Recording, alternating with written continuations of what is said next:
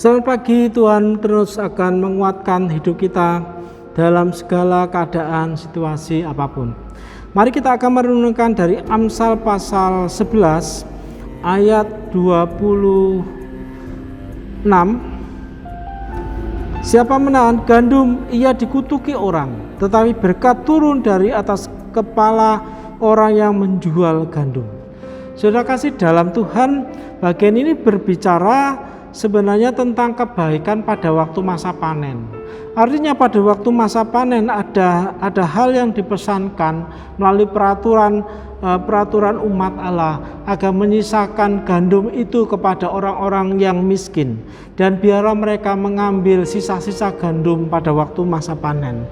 Tetapi sebenarnya dalam ayat ini memberikan satu pembelajaran yang baik, bahwa seringkali kita mengalami kelimpahan dalam segala berkat, tetapi kita sering merasa bahwa kita itu tidak layak untuk memberikan kepada orang lain. Kita maunya bahwa tidak ada sisa bagi orang lain. Berkat yang Tuhan berikan kepada kita, sebenarnya ada maksud Tuhan supaya itu juga memelihara bagi orang lain. Sebab itu dibutuhkan dalam hidup kita untuk berlaku murah hati terhadap siapapun. Ya, yang kalau kita diberkati pasti ada maksud dari Tuhan juga untuk menjadi berkat bagi orang lain. Sebab itu firman Tuhan ini berkata, siapa menahan gandum ia dikutuki orang. Artinya apa? Bisa saja orang akan berkata, kamu terlalu pelit terhadap saya, kamu terlalu pelit terhadap hidup saya, karena tidak ada sesuatu yang diharapkan dari hidup kita. Ya, sebab itu berkat turun dari atas kepala orang yang menjual gandum. Artinya apa?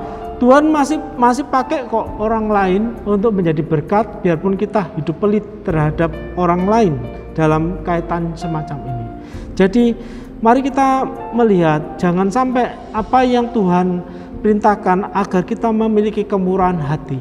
Maka ada satu hal yang perlu kita kerjakan, yaitu berlaku murah hati terhadap orang lain dalam bentuk berkat-berkat yang Tuhan percayakan kepada kita. Ada ungkapan firman Tuhan, siapa yang mempunyai akan diberi, siapa yang tidak mempunyai akan diambil. Sama halnya, kalau hidup kita merasa kita tidak punya, kadang-kadang kita berlaku yang terlalu merasa bahwa diri kita miskin. Tapi siapa yang berlaku murah hati, selalu memberikan biarpun dalam kekurangan, pasti Tuhan juga akan memberikan kelimpahan demi kelimpahan dengan caranya Tuhan.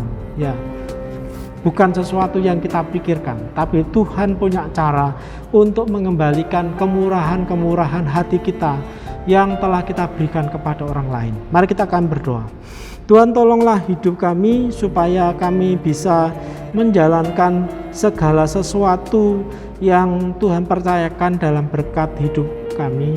Itu termasuk juga bahwa melatih supaya kami berkemurahan. Sebab Tuhan akan menolong supaya kami menjadi berkat bagi orang lain, dan orang lain tercukupi dengan kebutuhannya.